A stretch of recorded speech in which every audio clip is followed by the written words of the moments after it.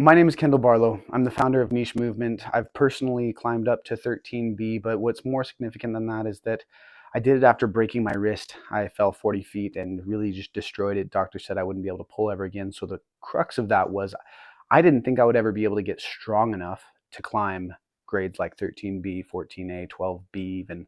I was nervous about all of that.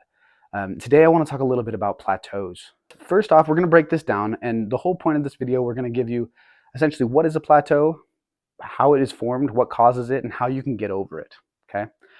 A plateau is essentially when you feel like you have stopped progressing. It is a perceived stop to progress that is caused by an unperceived gap in skills. Okay.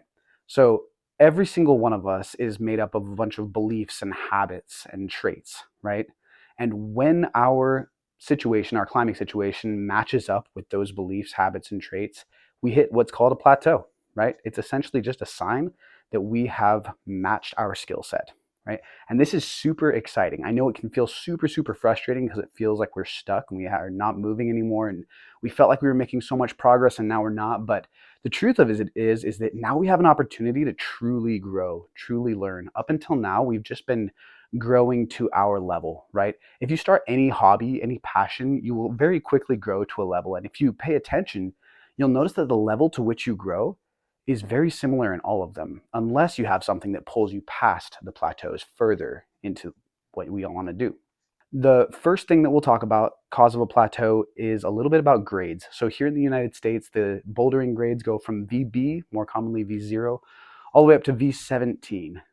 In sport climbing, we go from 5.0, more commonly 5.6, you don't often find grades below that, all the way up to 5.15D. Okay? And these grades are honestly incredible. They can be frustrating, but they're actually really impressive. I find it incredible that all around the world we can say something that is 512, find it, and know that it's relatively within what we are doing. And that is all based on just our own perspectives, right? But the difficulty is that it is based on our perspectives. So one 512 could feel totally different from another 512. One V4 could feel totally different from another V4. And even more than that, as the grades go up, they get more specific. They require more specific solutions, right? We call them problems for a reason. They're a puzzle. They're something we're solving. A V0 is very easy to solve, right? There are many ways that you can do it. You can probably put heel hooks anywhere. You can put toe hooks anywhere if you wanted to. You could put your toe on. You could crimp something, grab a jug. You could pinch it. It doesn't matter much. As you go up in the grades, however, those things, the pinches, jugs, crimps, toe hooks, heel hooks, knee bars, all these other techniques arise as necessities. They're something that we need to do. By the time we get to V4, V5, we probably have some climbs where we need to have a certain skill, right? As we get higher up, it gets even more specific than that. We have to hit a hold in an exact, precise way with the perfect angle of fingers and all kinds of crazy stuff. Pay attention to some of the stuff that other professional climbers have talked about, and you'll notice that they pay a lot of attention to the detail of every climb. Now, this is one of the first problems that we run into, and it's why we feel a plateau. As we start climbing, we feel like our progress is determined by the number or letter of the grades. We see ourselves do our first V1, our first V2, our first V3, and we're like, oh yeah, I'm improving. And we notice that it takes a little bit longer, or it takes a little bit more time to get each one, but doesn't matter too much. We continue doing one, doing another, and eventually we hit a point where it takes us a very long time to get past that grade and to get to a new highest grade. And that is totally normal. As we go up and we require specificity, right? As we get up higher, we realize that we need to learn other skills. Say we've been climbing V1, V2, V3, V4, and we've used just our toes everywhere that we can. We've cut feet and jumped and dynoed every time that we thought we would have needed a heel hook. So we get to a V7 that requires a heel hook, and we haven't ever developed the skill even on a V1, V2. So we don't have any heel hook skills. Maybe we have some, but not sufficient for a mandatory V7 heel hook. So we try to dyno our way past, we try to crimp our way past, and the ultimate problem is that we haven't learned how to heel hook. So the first solution to getting over a plateau is perceiving progress, right? That's the first half of the plateau. It's perceiving a stop in progress from an unperceived gap of skills. So by noticing progress again and measuring it differently, rather than looking at grade numbers, we're going to look at individual skills. Maybe we start breaking it down into, I'm going to do a V4 that revolves around a toe hook, or a V4 crimp boulder, or a V4 slab boulder, or a V4 compression boulder, right? These are all different. Just because you do one doesn't mean that you are justified in feeling like you should be able to do another one, okay? Separate those into different things and you'll find progress again. Now, once you've gone through that process, you've reframed the grades, and you'll have to do this a lot of times, reframing progress for yourself, you'll get to a point where you actually do stop progressing. And that does not mean that you have hit your ultimate potential, but in fact means that you have an even more exciting opportunity coming up. Just like we talked about before, how we have matched our beliefs, habits, and skills, our traits, right? We've matched that. Now we've gotten to a point where it's no longer that we are just not perceiving the progress, but we are actually not making progress. And that requires a deeper change, right? If we get to a certain point where we're no longer making progress, maybe we have to add in something new that we never otherwise would have done. Maybe we have to add in training. Maybe we have to add in organization. Maybe we have to structure things differently. And if we're unwilling to do that, then we're not going to progress through that, because that is the limit of our beliefs, habits, traits, etc. Now, the tricky part with all of this is recognizing the belief, because a plateau by definition is a perceived loss in progress from an unperceived gap in skills. If we can't notice those skills, how are we supposed to find those? Now, I have 3 ways that you can find what is holding you back. And I'll share them in progressive order. They're all super important, but each one will help you to varying degrees at different points along the path. So first off, we can do the essentially guess and check, right? Test and assess. We are going to go through this process of trying a bunch of things and then seeing what works. We're going to find out. This can be absolutely beneficial. It's so necessary. It has to happen, essentially. We have to find out for ourselves what works and what doesn't. It's only through experience that we will gain that, but it can be very slow and it can be very difficult, because by necessity, we have to try things that we believe are not going to work. If we believed that they would work, then we would already do them. We would already try them. So when we've reached a plateau, we have to find the things that we were not trying. We have to find the things that we believe won't work. This can be really challenging, but it is possible. So if you can randomly test everything, if you can go through it all and find as many iterations as possible, then you'll make progress in this way. The trick to making this work is doing more, right? So 10 iterations is going to be worse than 100 iterations. If you do 100 different tests, you're going to be more likely to find what works than if you do just 10. Another way that this can be helped is by climbing in a group.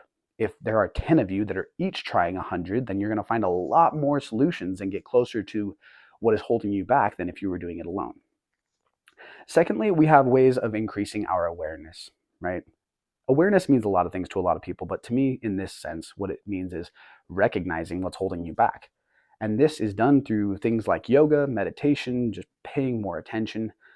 Those are the mechanisms that are the most kind of developed and practiced. But essentially, as you dig into this, as you take time to reflect on yourself, on your body, on where you're at, you'll notice that there are things that are holding you back, that are there. You just weren't noticing them. It could be a belief that you could never do a certain thing, or a belief that some injury is going to hold you back, or that you started too late.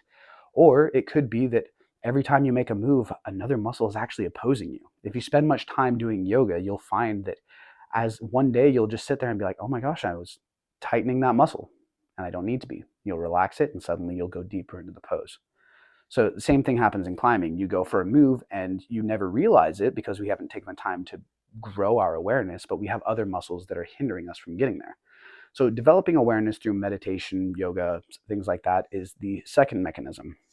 Now, the third and last, and I believe kind of the biggest shortcut to progress in general, is external perspectives. Or at least that's what I call it. It's getting an outside view of what you're doing. With the other two, you're still yourself, right? You're operating from your own belief framework, trying to find things that you don't believe. It's really difficult. They have phrases around this, just like the mind that created the problem cannot find the solution, right? There are many things in business and in other parts of the world that refer to this. So we can use external perspectives to get a new perspective. Some of these may be books, podcasts, blogs, Another could be friend groups or friends individually.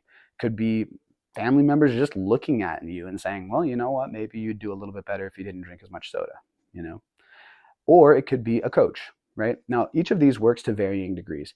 Books, podcasts, and all that does fantastic. It's amazing, but it's still difficult because you're looking at all of it through your own framework. You're looking at it with your belief system, with what you understand, and there's no one there to bring it to you. So you have to try and decipher what they're saying. Try to understand it the way they are. If you understood it the way that they do, then you would be able to do it the way they do with time, with practice. So those are fantastic. Dive into them, dig in a ton. But it takes a lot of humility and time to try and find the things that you were believing that are incorrect or that you were doing that are incorrect. So, second, we have friends. Now, pay attention again, the same as with the other. If you are trying to improve a lot, getting in a community of people who are better than you is the best thing you can possibly do. First off, they're going to give a lot of iterations. They're going to try it, right? Second off, they have a different belief. If you ever pay attention, you climb with people who are stronger than you, they will tell you, you are stronger than that. You can do harder than that. And they're saying that because they've been there. They know what it feels like to be there, and they know what it feels like to be at the higher level. They realize what that difference is. And a lot of what's holding you back is simply that belief, right? But having friends there who can look at you from the outside and say, hey, you keep telling yourself that you can't do this, but you can, and challenging you very specifically will help you to get out of that. Lastly, there are coaches. And the only difference between coaches and friends is that coaches do it professionally, right? They spend all of their time doing that. They're trying to find a way to help you. So where each of these methods is a little bit haphazard, it's figuring it out on your own, it's hearing what you think is right, what you think is not. Finding a coach is the same, but it's a higher level of certainty. If they have gained results for people in the past, then they're likely to be able to gain results for you. If they have been able to communicate with a lot of people and share the same ideas with other people, then they're more likely to be able to do that for you as well, right? Now, a coach is super important, but it's also very important that you trust the coach, that they are somewhere that you would like to be. They need to have something that you don't. Same thing with friends. If you're hanging out with a bunch of friends who are climbing 5'10" and you want to climb 5'12", it's not going to help you very much because they have different beliefs that are holding them at 5'10". And if you adopt those, you're going to end up lower. Same thing as a coach. If a coach doesn't have anything to give you, then don't work with them. But if you find a coach who has something to give you, then that could be amazing. That could be fantastic. The more closely that they've been where you are and are able to take you to where they are, the better. Now, this doesn't necessarily have to be grades, right? It doesn't have to be strictly that the coach climbs 14A, 14B. If that were the case, then Adam Ondra would not be able to have anybody as his coach. But the reality of it is that even Adam Ondra, there are people out there who are better than him at certain things, whether that be mental training, physiology, structuring strength training, right? There are things, and that's why he has a team of coaches that are helping him with individual things. He doesn't have one climbing coach that does all of it because there is no better climber than him. If he were to limit himself to somebody who is just empirically better at climbing than him, he wouldn't have options.